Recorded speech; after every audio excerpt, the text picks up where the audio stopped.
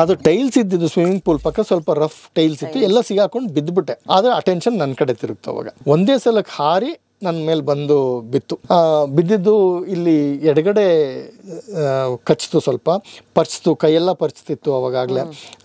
ಇದೆಲ್ಲ ಅದರದ್ದು ಮಾರ್ಕಿಂಗ್ ಕೈಯೆಲ್ಲ ಪರ್ಚಿತ್ತು. ನನಗಿನ್ನೂ ನೋವು ಗೊತ್ತಾಗ್ತಾ ಇಲ್ಲ. ನನ್ನ ಕುತ್ತಿಗೆಗೆ ಕತ್ತನ್ನು ಪ್ರೊಟೆಕ್ಟ್ ಮಾಡ್ಕೊಳ್ಳಿಕ್ಕೆ ರಟ್ಟೆ ರಟ್ಟೆ ಹಿಡಿದು ಕುರ್ಚ್ತಾ ಇತ್ತು. ನನ್ನ ಕಿವಿನಲ್ಲಿ ಇವತ್ತೂ ಕೇಳಿಸುತ್ತೆ ಅದು. ನನ್ನ ಕಣ್ಣಿಂದ ಒಂದು 5-6 ಮಿಲಿಮೀಟರ್ ದೂರದಲ್ಲಿ ಇರ್ಬೋದು, ಸೆಂಟಿಮೀಟರ್ ದೂರದಲ್ಲಿ ಆ ರಟ್ಟೆನ ಕಚ್ತಲ್ಲ, ಮೂಳೆ ಕಡಿದು ಬಿಡ್ತದು. ಆವಾಗ ನಂಗೆ ನೋವು ಗೊತ್ತಾಯಿತು. ಅಮ್ಮ ಅಂತ ಜೋರಾಗಿ ಕಿರ್ಚ್ಕೊಂಡೆ. Then I realise it's a very serious attack, very serious byte.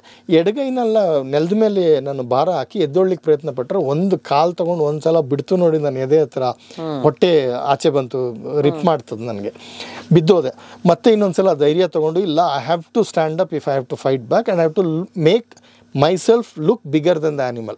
ಪ್ರಾಣಿಗಿಂತ ದೊಡ್ಡದಾದರೆ ಮಾತ್ರ ನಾನು ಉಳಿಲಿಕ್ಕೆ ಸಾಧ್ಯ ಅಂಥೇಳಿ ಮತ್ತೆ ಎಲ್ಲ ಶಕ್ತಿಯನ್ನು ಬಿಟ್ಟು ನಾನು ಎದ್ದು ನಿಂತ್ಕೊಂಡಾಗ ನನ್ನ ಬಲಗೈಯಲ್ಲಿ ಇದಿದೆ ಏನೋ ನಂದು ಬೈನಾಕ್ಯುಲರು, ಎಡಗೈನಲ್ಲಿ ಟಾರ್ಚ್ ಇಟ್ಕೊಂಡಿದ್ದೀನಿ.